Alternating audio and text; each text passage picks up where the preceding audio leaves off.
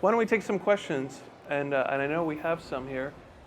Hi, I was wondering what made you decide to focus so much in your work about late adolescence and this period of becoming. You mean in this movie particularly? Or just In this movie and Frances Ha, I guess, in Kicking and Screaming as well. Well, I guess one way of thinking of it is sort of late adolescence, but I think it's also even appropriate to the ages that these people are too. I mean, I think, in Kicking and Screaming, they're all highly articulate and mature in certain ways. They're just, in some ways, that's part of their problem, and that they've kind of talked themselves out of any kind of action. But, I think, these sort of periods of transition and moving on and letting go, I mean, things we've been talking about of sort of what do you take with you, what do you leave behind, who stays, who goes, who keeps you, who doesn't, these are things you face throughout your life at all these different stages, and these are kind of, in Frances and Mistress America, these are sort of, maybe, they're more in the characters are in their 20s, so it's sort of focused in that, at that time. But While We're Young, the movie I made before this, it's people in their 40s kind of dealing with not dissimilar. And so I feel like these things kind of don't go away, these kind of questions. Yeah. I mean, I'm still waiting for the day that I wake up and I'm like, oh good, I'm me now, no more anxiety about how I'm gonna become what I'm trying to be. I feel like on any given day, there's always some letting go and coming into, and I think it happens forever as far as I can tell. I don't think you ever stop doing that. When I look at my parents or my older brother and sister, they're always in another phase of it's the moment you realize when you get older, that, oh, your parents didn't know what they were doing. They were just people who had a kid. Yeah. And that you will also be a person who does not know what they're doing because nobody knows what they're doing.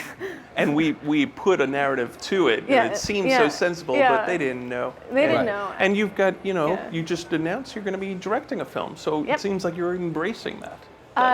Which part? Not knowing what? Yes. Yes. Yeah. Yeah. No, I mean, I think I. And that movie is about actual adolescence. Yeah, that movie's about, as you guys, yes. That's even better. Hi. Hi. Was there anything that you had to cut out that you really didn't want to cut? Not that we shot, but we did have an idea for a dance sequence. Yeah. That was going to take place at the house that they all end up in the second half. And we really liked that idea. We had a choreographer that we loved that we were going to work with, So and she was good. going to play a pregnant lady, and she was going to dance. we had a whole. Couldn't write there's into a it. sequence with the pregnant lady book club. That's why she was going to play Yeah. it. For people who haven't seen it, but that never. The movie kind of. The speed and pace of the movie just couldn't slow down for that, or at least I wasn't. Yeah.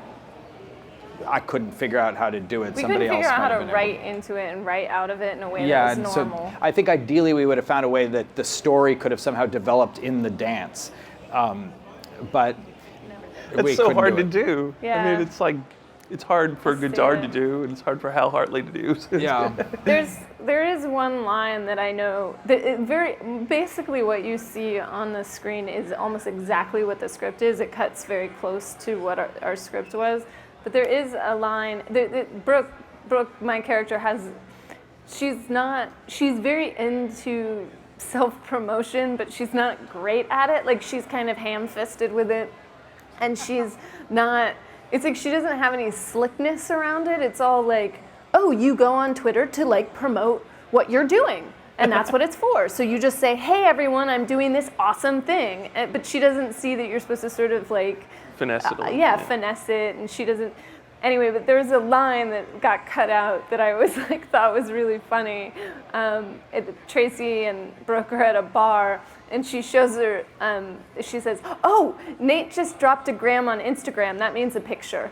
And anyway, I was like that line, and we had to cut it out because it was. Did we cut it? We guess cut we it. did, yeah. Nate just dropped a gram on Instagram. That means a picture is gone. So That's funny. she's always over-explaining it. She's earnest, but that's Yeah, you know, yeah. it's Well, I find it so much more endearing when someone's like can't quite sell it. It's But no, she knows enough to know she should be doing it. yeah, like she's a person who would like talk about networking in the early '90s. You Right. know. no one knew what that meant either, but we use that word a Yeah. lot. Or, like, She'd be that party- talking. She'd be yeah. talking about mindfulness now. You Yeah. know, I think if she was. Yeah. Yeah, probably in LA doing that. Yeah. Do we have a final question? Hi. How much of a role do you guys play in the music selection in your films? Specifically in Frances Ha, I really love the soundtrack, and I was curious to know your involvement in that. I mean, it all comes from us. Yeah. You know, or I mean, and from me when I'm cutting them, and you know, and sometimes things are in the script, but often, you know, you find things later too. You know, like a movie has a kind of rhythm and sound that you sort of start to feel. You know, sometimes you feel it later. You know, or and you know, Frances had a kind of putting in these sort of older French New Wave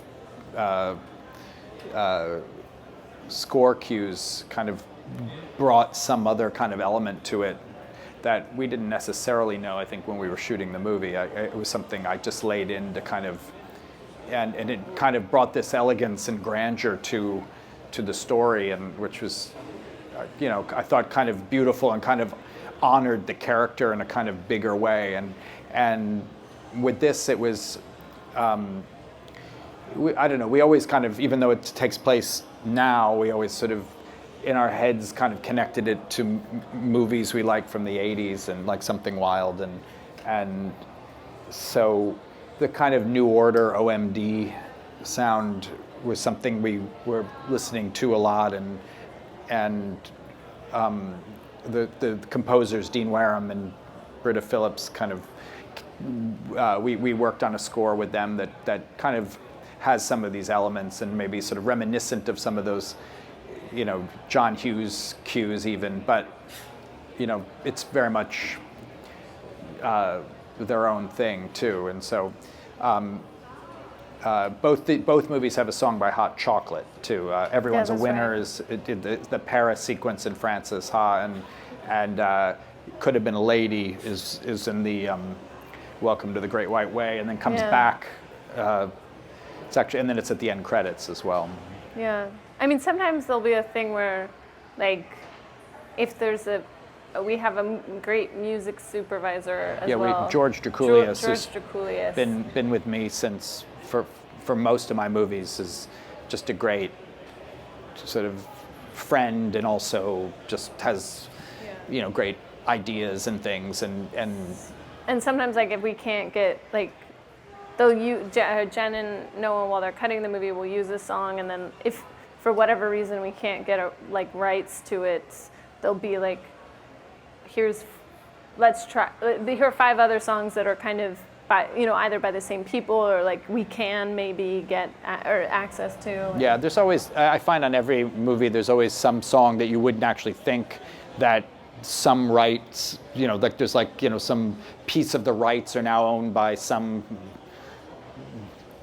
asshole and living somewhere, you know, and they They're don't, and always, they like, want a lot of money skiing. for it. Yeah, They're always yeah. like, they're skiing. We Yeah. can't get them. They're in Yeah. the Alps. And you're like, who are these people who buy song rights and like go ski Then for go their skiing. whole Yeah, it's like lives? it's like buying taxi cab medallions in the yeah. movie. Oh yeah. That line always makes me laugh.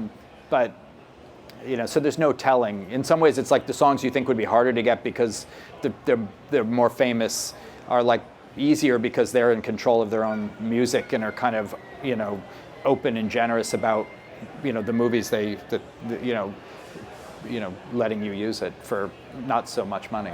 The hardest are like hip hop music where they'll sample a bunch of stuff because the rights are so complicated because they've sampled things and then so you need so many people's permission. This is something I only recently learned about, but music rights. It can get complex. We could do a whole podcast Yes. on music It's, rights. I recently I had the opportunity to talk to Diablo Cody about Ricky and the Flash, and she told me that never assume that the director's going to take your musical taste. Don't put a song actually in the script itself. That's a cardinal rule that she's then admitted to breaking all the time, and she's been very lucky. So I do have to ask. I love the way you use David Bowie's "Modern Love" and Frances Ha. That's not a song that you thought of when you were writing it. It's just something that happened in the editing bay. Well, of course, in the script, it says Frances runs down the street. She was dancing maybe a little bit, and it's a couple sentences, and so it would probably, if you were reading the script, it would be easy to miss that as a kind of moment. But we always saw it as a moment, a big moment, a big moment in the movie, and. I know it wasn't when we were actually shooting the running. We shot it 4 different times because I remember the song I listened to right before I ran to kind of get the feeling, and then I put it away, was that Brian Eno song, "Lay My Love." Oh, but, interesting. Because it had this kind of Has a kind of propulsive. propulsive.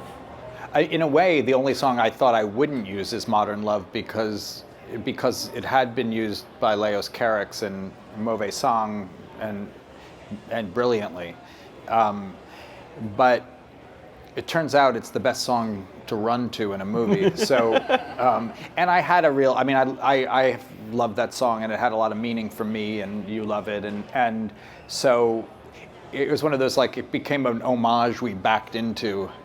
And then I would be asked about it as homage, and I'd have to make up something. But but I mean, when I was a kid and I first heard "Modern Love," it kind of blew my mind how good it sounded. It was just like Those gated drums and a song I wanted to keep hearing. Yeah. Yeah, and even the talking part at the beginning, I know when to go out. I know when to stay in and get things done. Yeah. It's great. There's such a lived-in connection to all of your films together. We wish you the best, and thank you for coming and doing this Q&A. Thanks for having us. Baumbach, Greta Gerwig. Thank you. Thank you.